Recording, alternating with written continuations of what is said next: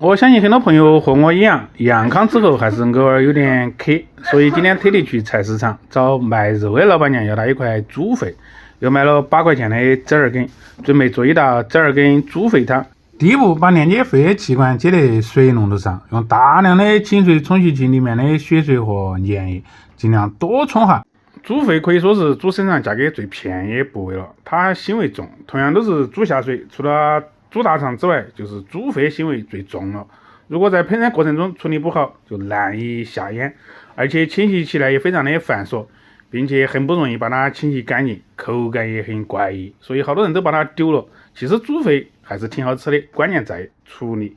然后再来改刀，纯水后的肺就变得特别胎，等下串水的时候它又变得特别小，所以这个时候你可以改大一点。记得小时候家头特别穷，买不起肉吃，老爸总是能够想到办法，找他卖猪肉朋友廉价买回来一副新肺，炖上自家订的萝卜，那个时候就算是大顿亚绩了。这个时候想起都还得吞口水。气管也是个好东西，我最喜欢它的口感了，脆脆的。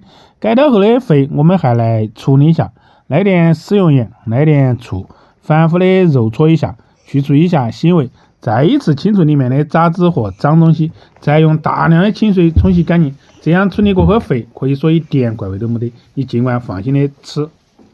接下来起锅烧水，水烧宽点，我们来处理一下肺，来点料酒，再来一点姜葱去腥增香。冷水下洗煎肺，大火烧开。你看这肺一加热就有好多的泡沫，不晓得是不是我们说的口痰，所以吃肺我还是建议改刀后串水。再立起来，用清水冲洗一下血沫，剪去里面的姜葱就可以炖了。肺的吃法有很多种，但总的来说要发挥它的价值的话，最好还是选择炖。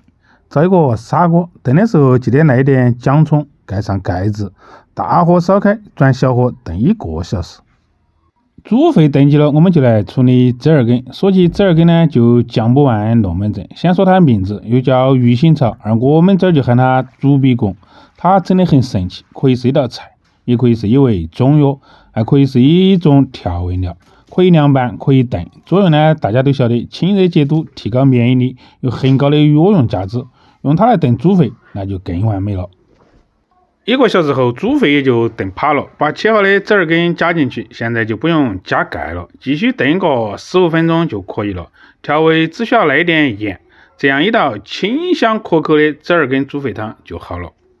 是不是特别的简单？在家人阳康之后这段时间，赶紧行动起来，成本超低，作用却很大的一道爱心汤，我相信你一学就会。